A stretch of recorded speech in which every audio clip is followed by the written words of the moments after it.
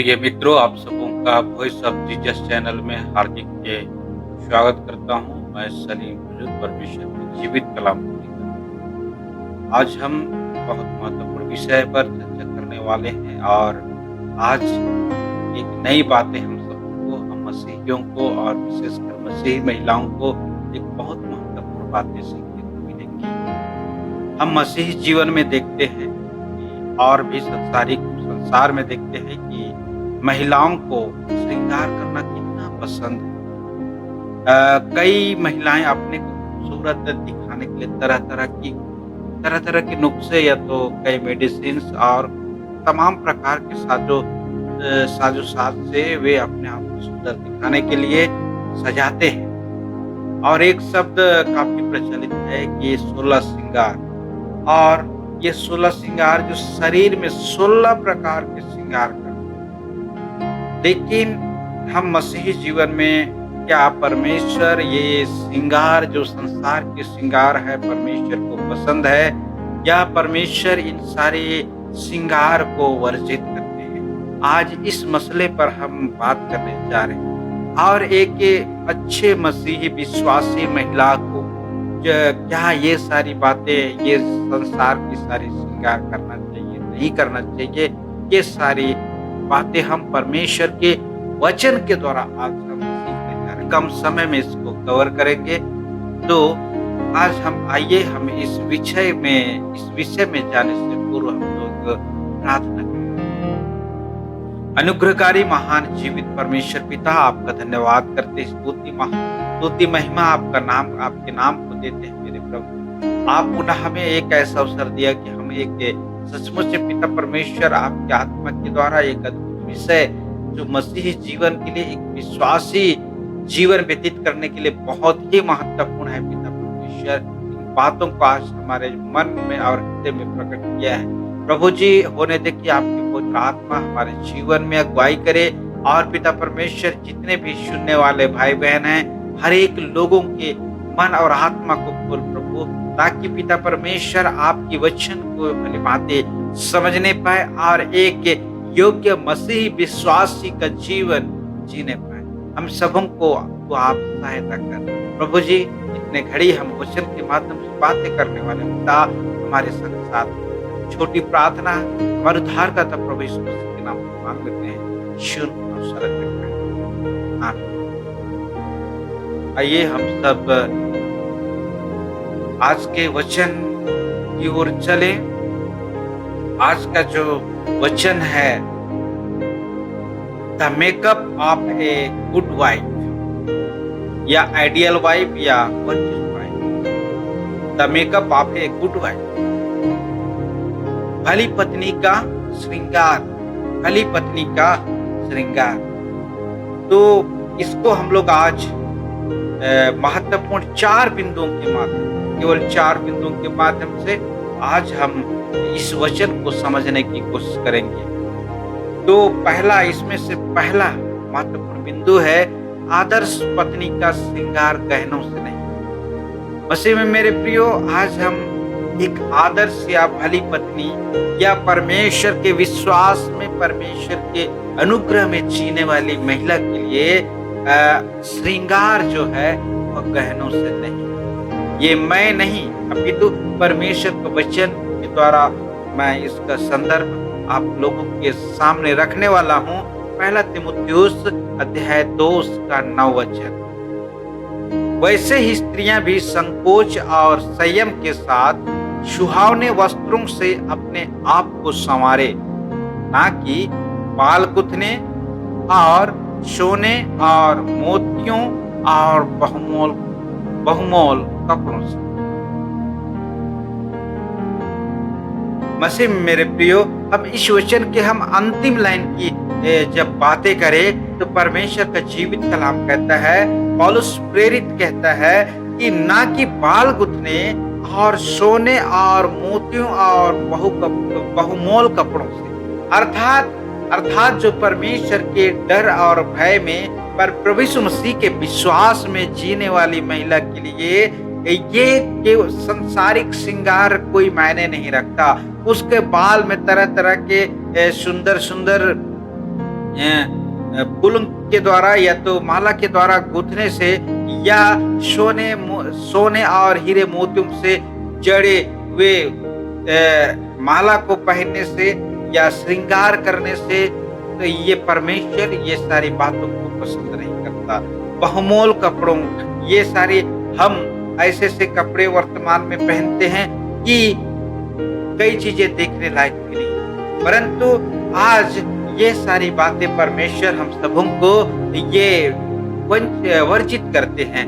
पहला और अगला एक वचन देखेंगे, पहला पतरस अध्याय 3 उसका 3, तुम्हारा श्रृंगार दिखावटी ना हो, अर्थात बाल गुथना और सोने के गहने या भांति भांति के कपड़े पहने। अर्थात परमेश्वर चाहता है कि हमारा जो श्रृंगार है सांसारिक दिखावटी ना हो, अर्थात केवल महिलाओं के लिए नहीं परंतु पुरुष के लिए भी ये लागू होता है कि हमारा जो सुंदरता ये संसार की वस्तुओं के द्वारा नहीं हो सकती, अर्थात संसार के वस्तुओं के द्वारा हमारा दिखावा ना हो, अर्थात किसी प्रकार की शरीर को सुंदर दिखाने के लिए हम श्रृंगार नहीं करना चाहिए।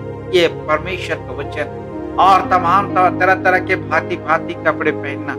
मेरे प्रियो, आज हम कलीसिया में देखते हैं कई प्रकार के वस्त्र जो मन में तमाम प्रकार की बुरी भावना उत्पन्न करने वाली होती है, ऐसे वस्त्र पहना जाता है। तो परमेश्वर का वचन कहता है कि सुहावने कपड़े, ये तमाम तरह तरह के जो कपड़े हैं जो आज लोगों को अच्छा लगता है, लेकिन परमेश्वर ऐसे वस्त्रों को परमेश्वर पसंद नहीं करता। मेरे प्रियो, इसलिए परमेश्वर का वचन कहता है कि सुहावने कपड़े वस्त्रों से अपने आप को संवारे। हम जब दूसरा बिंदु देखेंगे, आदर्श पत्नी का श्रृंगार सुशीलता और संयम से। हाँ मेरे प्रियो, पहला तीमुथियुस 2:9 का पहला भाग को देखते हैं तो लिखा है, वैसे ही स्त्रियां भी संकोच और संयम के साथ सुहावने वस्त्रों से अपने आप को संवारे। हाँ मेरे प्रियो, सुहावने अर्थात हम दूसरों के लिए अच्छा लगे, उस वस्त्र से हमारे किसी दूसरे व्यक्ति के मन में या किसी प्रकार की बुरी भावना उत्पन्न नहीं होने चाहिए। ऐसे वस्त्र को हम सुहावने वस्त्र कह सकते हैं। तो और बड़े संकोच और संयम के साथ ये सारे श्रृंगार किए जाते। मेरे प्रियो, और तीसरा बिंदु हम देखते हैं, एक आदर्श पत्नी में दीनता और शांत का आत्मा हो। एक आदर्श पत्नी में दीनता, नम्रता और शांत आत्मा हो। पहला पतरस अध्याय 3 उसका 4-5 वचन में जब देखते हैं, वरन तुम्हारा छिपा हुआ और गुप्त मनुष्यत्व नम्रता और मन की दीनता की अविनाशी सजावट से सुसज्जित रहे, क्योंकि परमेश्वर की दृष्टि में इसका मूल्य बड़ा है। मेरे प्रियो, परमेश्वर का वचन कहता है कि हमारा मनुष्यत्व, हमारा शरीर, नम्रता और मन की दीनता की अविनाशी सजावट जो कभी नष्ट नहीं होने वाली है। ये नम्रता, मन की दीनता, ये सारी अविनाशी सजावट, और इसके द्वारा हमें सुसज्जित रहने की आवश्यकता है, क्योंकि परमेश्वर की दृष्टि में इसका मूल्य बड़ा है, ना कि सोने चांदी बहुमोल कपड़ों का। मेरे प्रियो, ये जो नम्रता है, दीनता है, इसको परमेश्वर की दृष्टि में इसका मूल्य उस सोने और चांदी से भी बढ़कर है। मेरे प्रियो, परमेश्वर का वचन कहता है कि 5 पद में ही इसी वचन के, पूर्व काल में पवित्र स्त्रियां, ध्यान रखें, पूर्व काल में अर्थात जब हम इतिहास की बातें देखें, जब पवित्र बाइबल में हम इतिहास की बातों का अध्ययन करें, तो पवित्र स्त्रियां जो परमेश्वर के डर और भय में जीने वाली स्त्रियां भी, जो परमेश्वर पर आशा रखती थी, जो परमेश्वर पर विश्वास करती थी, ऐसी स्त्रियां अपने आप को इसी रीति से संवारती और अपने अपने पति के अधीन रहती थी। मसीह में मेरे प्रियो, परमेश्वर का वचन कहता है कि पूर्व काल की जो पवित्र स्त्रियां थी, जो हम पवित्र बाइबल में हम देखने हमें देखने को मिलता है ऐसी स्त्रियां किसी रीति से अपने आप को संवारती थी, अर्थात दीनता, नम्रता, प्रेम और तमाम जो हम परमेश्वर के दृष्टिकोण से जो अच्छा है, जो अविनाशी है, ऐसी सजावट के द्वारा अपने आप को सुसज्जित करती थी और अपने अपने पति के अधीन रहती थी। तो ये हमारे लिए एक उदाहरण है। हमें बड़े नम्र और दीनता के साथ अपना जीवन को सुसज्जित करने की आवश्यकता है और परमेश्वर की आशा में जीने की आवश्यकता है मेरे प्रियो, और अपने अपने पति के अधीन में रहने की आवश्यकता है। चौथी बातें हम देखेंगे, भली पत्नी की पहचान अच्छे कार्यों से होता है। हाँ मेरे प्रियो, भली पत्नी की, एक अच्छी पत्नी, एक आदर्श पत्नी, एक सदाचारी की पत्नी की पहचान महंगे आभूषण से नहीं, महंगे वस्त्रों से नहीं, महंगे पहरावा से नहीं, परंतु परमेश्वर का वचन कहता है कि उनके अच्छे कार्यों से होता है।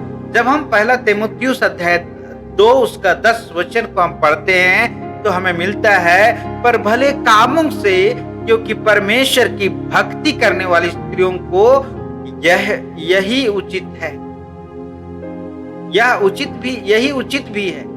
मेरे प्रियो, वचन हमें कहता है कि भक्ति करने वाली स्त्रियों को, जो सदाचारी पवित्र चाल चलने वाली स्त्री को, एक अच्छी भली परमेश्वर के डर और भय में जीने वाली स्त्री को परमेश्वर का वचन कहता है कि भले काम करना चाहिए, भले काम।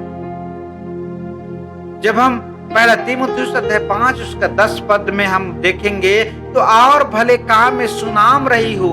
भले काम अर्थात अच्छे अच्छे कार्य, जिसको हम पवित्र बाइबल हमें अच्छे कार्य के रूप में संबोधित करती है। ऐसे ऐसे कार्य, जैसे कि यहाँ कुछ उदाहरण दिया है, जिसने बच्चों का पालन पोषण किया हो। हाँ मेरे प्रियो, परमेश्वर का वचन कहता है, जो कि अपने बच्चों का भली भांति परवरिश की हो, अच्छी शिक्षा दी हो, अपने बच्चों से प्रेम करती हो, पड़ोसियों से प्रेम करती हो। वचन कहता है अतिथियों की सेवा की हो।